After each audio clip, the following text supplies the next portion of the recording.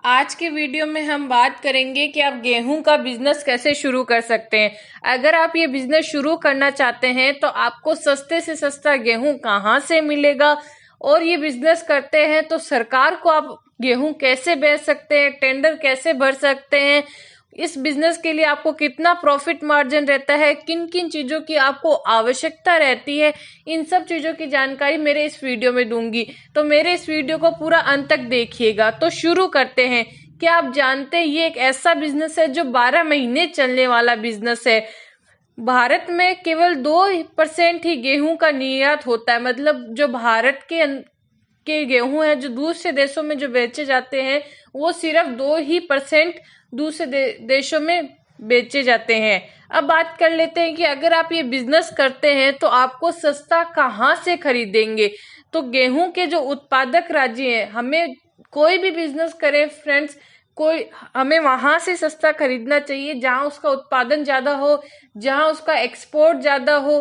क्योंकि जहां जो चीज बनती है अगर आप वहां से वो चीज खरीदते हैं तो आपको वो चीज सस्ती रेट में मिलती है और आपको ज्यादा प्रॉफिट मार्जिन रहता है। तो गेहूं की पैदावार जहां होती है वहां गेहूं के जैसे उत्पादक राज्य हैं, उत्तर प्रदेश में सबसे ज्यादा उत्तर प्रदेश में गेहूं का उत्पादक होता है, वो भी 34%।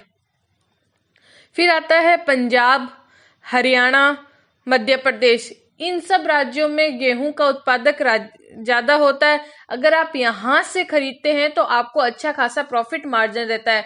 अगर आप यहाँ नहीं जा सकते तो आपके आसपास के एरिया में इन सब के क्या होते हैं, ब्रोकर होते हैं, आप उनसे भी ले सकते हैं। या फिर आपके आसपास के अंदर एरिया के अंदर अनाज मंडी होगी, अनाज मंडी से भी आप खरीद सकते हैं। लेकिन अगर आप ब्रोकर से और अनाज मंडी से लेते हैं तो आपको थोड़ा प्रॉफिट कम होगा, जबकि अगर आप यहाँ से खरीदते हैं तो आपको प्रॉफिट मार्जिन ज्यादा रहता है। अब बात कर लेते हैं कि मुनाफा कैसे कमाएंगे गेहूं के बिजनेस में। आप सब सोच रहे होंगे कि मुनाफा हम ज्यादा से ज्यादा अपने बिजनेस के लोगों को बताएंगे या फिर पैम्पलेट छपवाएंगे या फिर होलसेलर को देंगे, इस तरीके से आप मुनाफा कमा लेंगे। फ्रेंड्स, मैं आपको बताऊंगी कि मैं आपको 3 ऐसे तरीके बता रही हूँ मुनाफे कमाने के लिए, जिससे आपको बहुत ज्यादा मुनाफा होगा, अच्छा खासा प्रॉफिट मार्जिन रहेगा इस बिजनेस के अंदर अगर आप गेहूं का बिजनेस करते हैं। तो पहला तरीका, आप गेहूं का एक्सपोर्ट और इंपोर्ट शुरू कर सकते हैं। मतलब आप भारत के बाहर भी इनको बेच सकते हैं। दूसरा तरीका, आप सरकार को गेहूं बेच सकते हैं। सरकार क्या करती है, हर साल एक टेंडर निकालती है। बस आपको उस चीज का ध्यान रखना होगा कि सरकार टेंडर कब निकालती है। क्योंकि जब सरकार गरीब लोगों को राशन देती है तब वो आप किसानों से और जो गेहूं के बिजनेस कर रहे होते हैं उन्हीं से ही अनाज खरीदती है।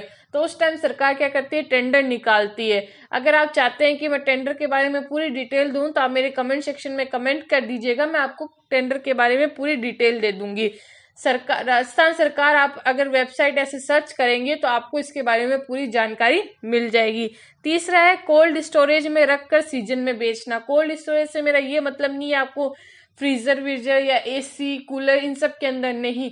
मेरे कहने का मतलब है जब गेहूं की सीजन चल रही हो, जब गेहूं का उत्पादन ज्यादा हो तब आप खरीद के रख लीजिए, और जब इसकी सीजन चली जाती है, मतलब जब, क्योंकि गेहूं तो 12 महीने काम आते हैं, तब अगर आप उनको थोड़े अच्छे ऊपर के रेट में बेचते हैं तो आपको प्रॉफिट मार्जिन ज्यादा बेटर रहता है। इस तरीके से आप इसका कोल्ड स्टोरेज करके रख सकते हैं। अब बात करते हैं कि आपको इस बिजनेस के लिए किन किन चीजों की आवश्यकता रहती है।